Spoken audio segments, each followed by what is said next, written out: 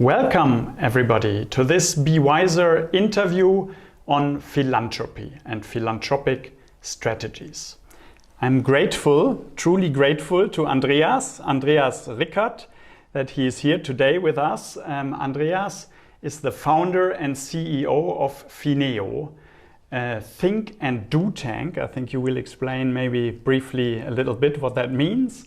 A think and do tank for philanthropy and philanthropic giving of mainly entrepreneurial families, but also foundations. Just very briefly, Andreas studied biology, interestingly, then worked at McKinsey, at the Bertelsmann Stiftung and World Bank, and now, as I said, is the CEO of Phineo. So what does think and do tank mean?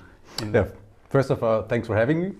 It's great being with you, and in particular talking about philanthropy. So as you already have mentioned, so philanthropy is really my passion, and that's also the core topic of Phineo. So Phineo stands for philanthropy and neo, so that means we try to define and develop philanthropy in a new way, more strategic manner. We are a non-profit, which is important, so we have also a clear message and also mission, and we would like to promote philanthropy because we deeply believe in the need for more philanthropy, and we are convinced that we not only need more philanthropy, we need also more strategic and more impactful philanthropy, and this is what we do. And better philanthropy. So thanks for being here, and we'll dive into it now.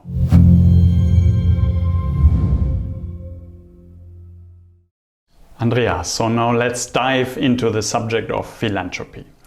In the BeeWyzer Masterclass, we explain, and every next gen who goes through it, they define their own family values. And then we take them through the module on sustainable investing, also into philanthropy. But what would you say? How can families define a strategic philanthropy for themselves? What are the cornerstones of such a strategy? Yeah. Before we talk about the strategy and how you do it, it's important to talk about why you do it. And so please let me put philanthropy in a broader context. So what is the ecosystem we see philanthropy in? And there are two key trends we're observing. One thing is there is a need for philanthropy. So we are facing really challenges out there: climate change, populism, inequality, etc. So we really have to do something to make this place a better place.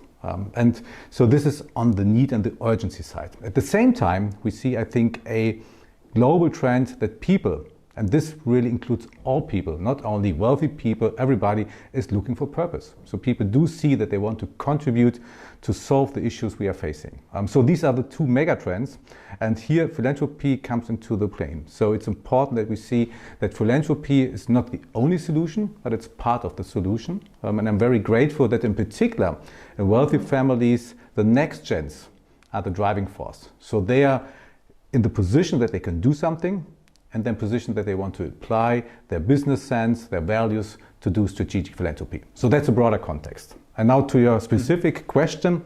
So whenever we are working with families, and we are advising quite a lot of wealthy families, family offices on their philanthropy, we start, as you also said, with the values. So what is important for you? So what are the topics you are interested in?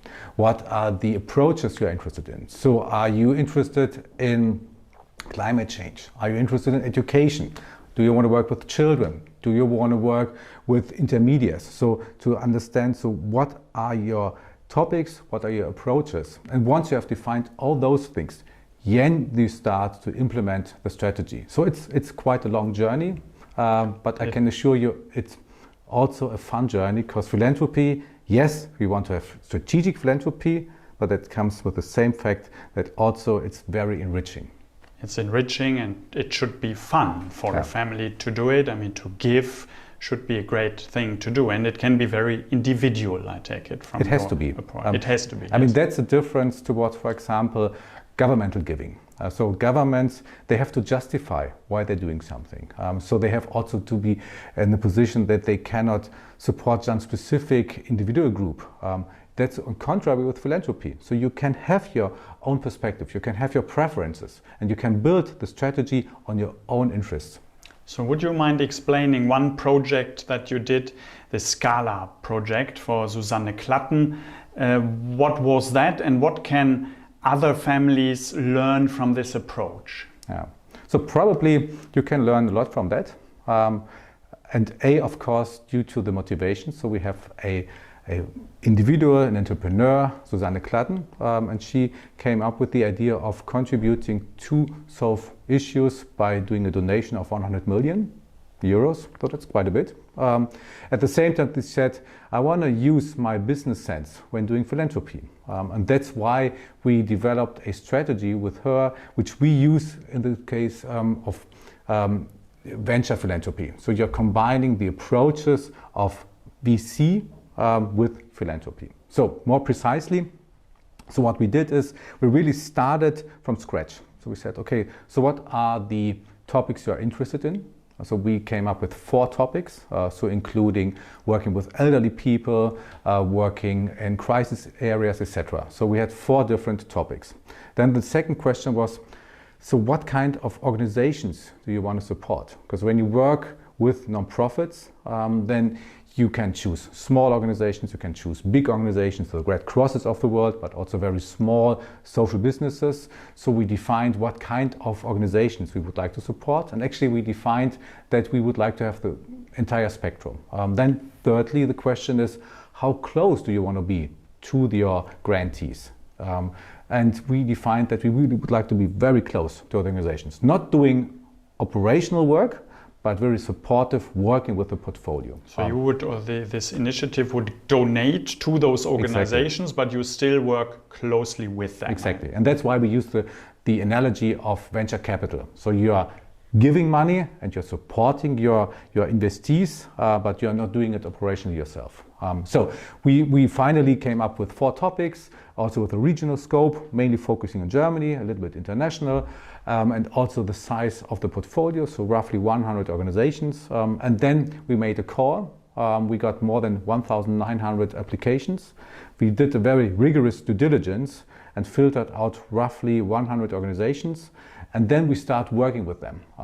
And we defined also the period, so 5 years of support. And we defined that we were working with them very closely and having also in mind the exit. And that's another point which is close to a VC fund. So we already knew after 5 years we would exit, but we want to make sure that the organizations survive also on the level we have supported them to. So this is what we did. And so I think it's on 2 different levels, a great example. A, to see an individual motivated to do something for society on a substantial level, and B, doing it with a very entrepreneurial approach. And the good thing is the portfolio, so now we are in the 4th year, is very successful underway. And we also motivated other families to follow the same pattern, so we see more philanthropy. Great, absolutely great project, and it shows, as you say, an entrepreneurial approach, so it shows all the controlling steps, the due diligence you mentioned, what you do. One point that I would be interested in is, how do you measure or control the success of those donations? I'm sure you do that, so what do you do in order to do? Yeah. Okay, so now we are opening up a big topic of impact measurement. And of course, whenever we are talking about strategic philanthropy, we are talking about impact, because that differentiates it from charity. Charity is just about the giving, so it's input driven. Strategic philanthropy means that you are really interested in what you achieve. And of course, impact analysis or impact measurement is core. At the same time, you have to be very cautious that you are not doing projects for the sake of getting nice data. So that's why we always say it serves 2 different goals. So when you do impact measurement, yes, to prove that you're achieving something, but at the same time to improve your activities by continuously learning through your management and through your analysis. So it's more a management tool than instead of just a tool for measuring. One more definition. So yes, there are by now a lot of frameworks, databases where you can use KPIs to measure impact, but there are some interventions, in particular when you're on an agenda setting level or something, it's very difficult to really measure. So sometimes it's also enough to just have anecdotes to show that things might work and you don't have to have all the data. But per se, as that impact is relevant, but it's more a mindset question and not a question of the methodology. So it's not always mathematics solely, so it's also the story that comes out of it, which can prove good has happened. Yeah. One interesting thing is that you mention the comparison to venture capital, but then you say, it's not venture capital, obviously, and impact investing as such, what we discussed about in another interview with the Revent Ventures Fund. So what is the difference, and why is both impact investing needed as from an investment point of view, but also philanthropic giving? Where's the difference, and why are both needed? Or should I ask a more critical question, is maybe impact investing the new philanthropy? No. That's a clear answer. That's a short answer. No, actually, as you said before, we need both. We need philanthropy, we also need impact investing, and just to complement that, we also need strong governments. And if we combine all the different financial resources, then we're in a position to really tackle the issues out there very efficiently. Starting with a quick definition, so when we are talking about philanthropy, so of course the key goal is to achieve impact, and you don't expect a financial return. And that's a difference from impact investing. When you're talking about impact investing, you also want to see impact, and you also see measurable impact and intended impact. At the same time, you're also expecting a financial return, usually on the market level. So these are the two differences. And the challenge is, and that's why it's not so trivial to combine both instruments, because there are some interventions where you can never build a business plan on. There is no target group willing or able to pay. So here you need philanthropy, or sometimes you need someone to invent something, and the innovation is so expensive that it wouldn't make sense to build a business plan or a company on it. So here philanthropy is asked, in particular when you have a high level of innovation, or when you don't have a target which is not able to pay for that. Or in major crises. Exactly, so when you need a very quick intervention. Yeah. So there are specific things where just philanthropy can help.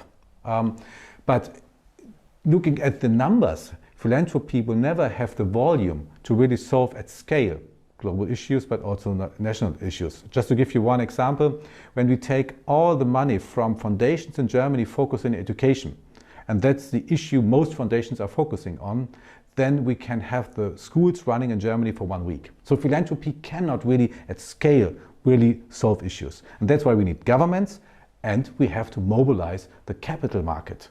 The capital is there. And also another number, so roughly just 5% of the investments in Europe are sustainable investments. In other words, 95% of the investments we are seeing out there are not in any case looking at the impact they're achieving. So this is something we have to change. Still a lot to be done. A lot to be done. But the good news is more and more people and institutions are willing to do impact investing. And we see that impact investing really works. So you can have a very attractive financial return, at the same time also having a positive impact. But it will never replace philanthropy. So the beauty is and the quite sophisticated approach to combine philanthropy, civil society, the capital market, and the public sector. Yeah, so thanks again for outlining this so clearly, where the public sector ends, where private philanthropy starts, and then where impact investing can maybe scale it up. So to conclude our interview here today, what would be your final key messages for any next gen of a family of wealth to start their philanthropic journey? What would be the few steps or your recommendations? The first thing is start. Many people do hesitate. Just do start. Yeah, because they might be afraid of doing something wrong or not being sophisticated enough. And there are also advisors out there making really a big myth out of it. It's not so complicated. The key thing is just listen to your heart and say, okay, I want to contribute, I want to do something, and then talk to the people like Phineo, like you, who know how to do that, how to approach it. Talk to your peers. Others already have experiences, and then start with little steps to the first investments, to the first philanthropic donation, and then you build your philanthropic strategy and your impact investing over time. And so I can tell you, it's not only that you do something for a better world, but you also will enjoy it. Perfect. So keep it simple, but get started. I mean, that's something we say very often in the BeeWyzer Masterclass. Just get it done, get started. Thank you very much, Andreas Rickert from Phineo. It was a pleasure to have you. Thank you for explaining so clearly. Yeah. Thank you.